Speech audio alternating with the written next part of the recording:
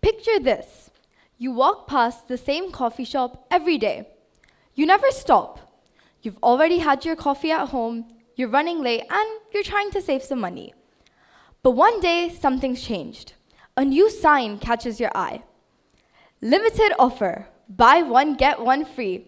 And suddenly, something shifts. You pause, you calculate, you rationalize. Well, it's just for today. Now, what really changed? Not the coffee, not your schedule by much. What changed was you.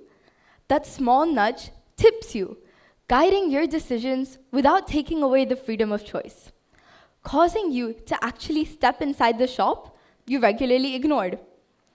Let's break this down. The word free makes us feel like we're maximizing utility or benefit. No additional cost, only reward. Similarly, the phrase limited offer triggers urgency, playing on something psychologists call present bias, where we prioritize immediate rewards because they're present in the moment over future long-term benefits. This is behavioral economics in action. It explains how our decisions are affected by psychological factors over pure logic. In traditional economics, we assume that people always act perfectly rationally, that they'll base their decisions on pure logic and self-interest. But behavioral economics shows us we're human, emotional, social, and complex. People don't always act rationally. We base our decisions on multiple factors such as habit, following the crowd, or in the case of the coffee shop, small cues, present bias, and the fear of missing out. So, what exactly is a tipping point? It's the point where all these nudges accumulate.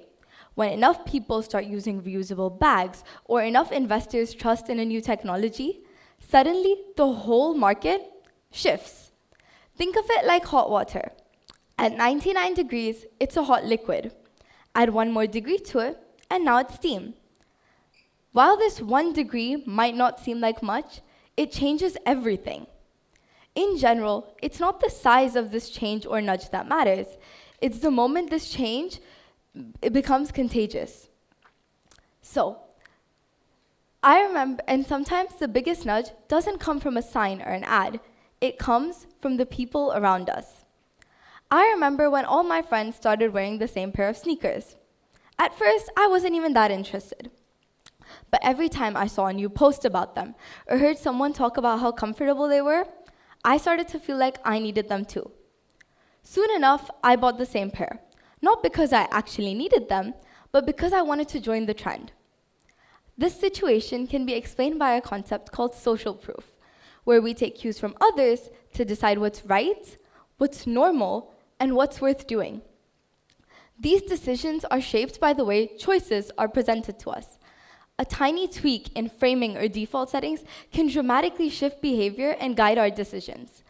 This is why design matters, not just in buildings or apps, but in the way choices are presented to us.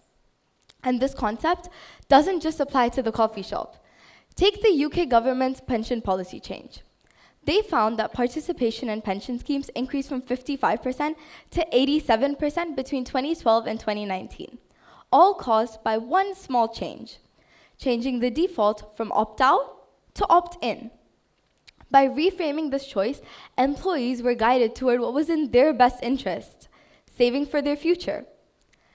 This is a perfect example of how behavioral insights can be used to make policies fairer, more effective, and help people do what's actually best for them, using gentle nudges over forceful laws. It also shows us how context shapes decisions. The environment we're in, from digital layouts on apps and websites to peer pressure and new trends, all play a powerful role in what we choose. Even social influence matters. When we see others recycling, donating, or investing sustainably, we're far more likely to follow. Our behavior may seem small, but collectively, it drives transformation. The lesson? If we want to shift behavior in finance, sustainability, or society, we don't need massive revolutions. We need small, smart interventions that push us just far enough for transformation to take off on its own. Because at its heart, behavioral economics shows us humans aren't broken calculators. We're emotional, social, and curious beings. When we understand how humans think and act, we can create a world that works with human nature, not against it. One thoughtful nudge at a time, we can change habits, reshape systems, and spark tipping points that move entire societies forward. And maybe, just maybe, this all starts with something as simple as a cup of coffee. Thank you.